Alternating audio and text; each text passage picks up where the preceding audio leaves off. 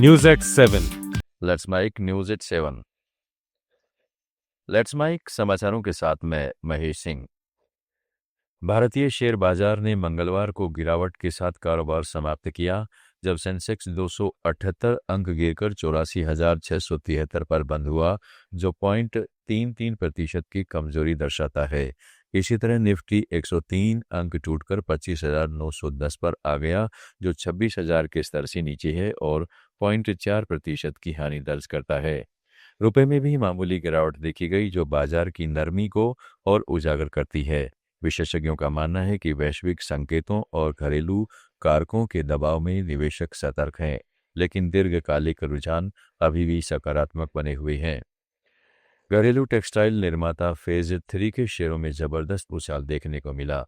Company के share 11% चढ़कर 8 हफ्ते में उच्चतम स्तर 565 रुपये पर पहुंच गई। हाल के दिनों में कपड़ा शेयरों में तेजी की बड़ी वजह है भारत और अमेरिका के बीच संभावित व्यापार समझौता। अमेरिकी राष्ट्रपति डोनाल्ड ट्रंप ने संकेत दिया है कि भारत पर टैरिफ में भारी कटौती हो सकती है। अगस्त में 50% टैरिफ लगाने के बाद भारतीय कपड़ा निर्यात पर बड़ा असर पड़ा था और सितंबर 2025 में निर्यात 10.34% गिर गया था। देश में सोने चांदी की कीमतों में आज फिर बड़ी गिरावट दर्ज की गई है।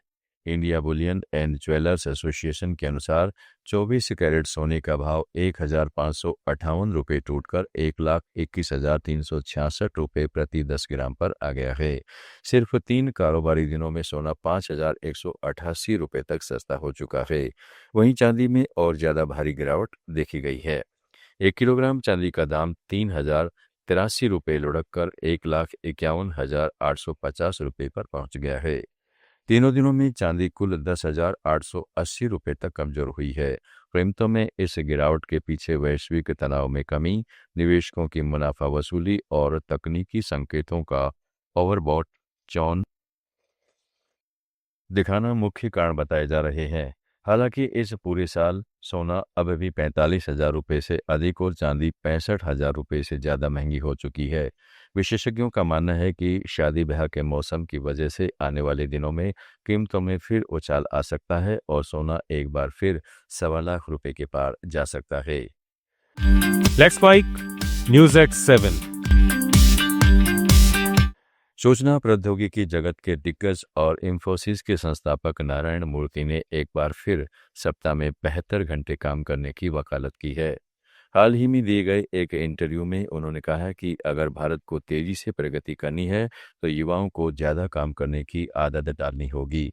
मूर्ति ने इसके लिए चीन के मशहूर 996 वर्क मॉडल का उदाहरण दिया, जिसमें कर्मचारियों से सुबह 9 बजे से रात 9 बजे तक हफ्ते में 6 दिन यानी कुल 72 घंटे काम कराया जाता है।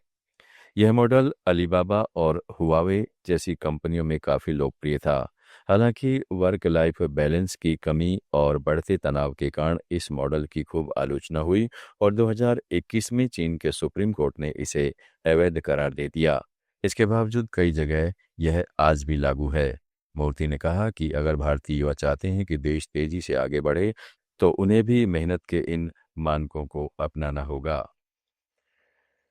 एशियन आर्चरी चैंपियनशिप से लौट रही भारतीय तीरंदाज टीम के साथ ढाका में बड़ा हादसा होते होते बचा। टीम के 11 सदस्य, जिसमें 2 नाबालिग भी शामिल थे, करीब 10 घंटे तक एयरपोर्ट पर फंसे रहे। तकनीकी खराबी के कारण विमान उड़ान नहीं भर सका। कंपाउंड तीरंदाज अभिषेक वर्मा ने बताया कि खिलाड़ियों को रात 2 बजे तक टर्मिनल में बिठाए रखा गया और फिर कहा कि कोई दूसरी फ्लाइट उपलब्ध नहीं है। इसके बाद टीम को ढाका की हिंसा प्रभावित सड़कों से बिना सुरक्षा लोकल बस में ले जाया गया।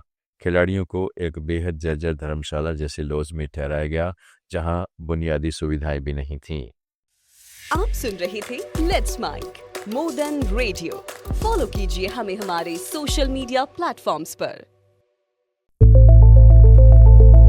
It's time for news. It's time for more than radio. Presenting the first radio news app, Let's Mic. Let's Mic, a news-based app on your phone where you get to watch and listen news, talk shows, interviews, radio show podcasts. On Let's Mic, you get all relevant information of TV, print, radio,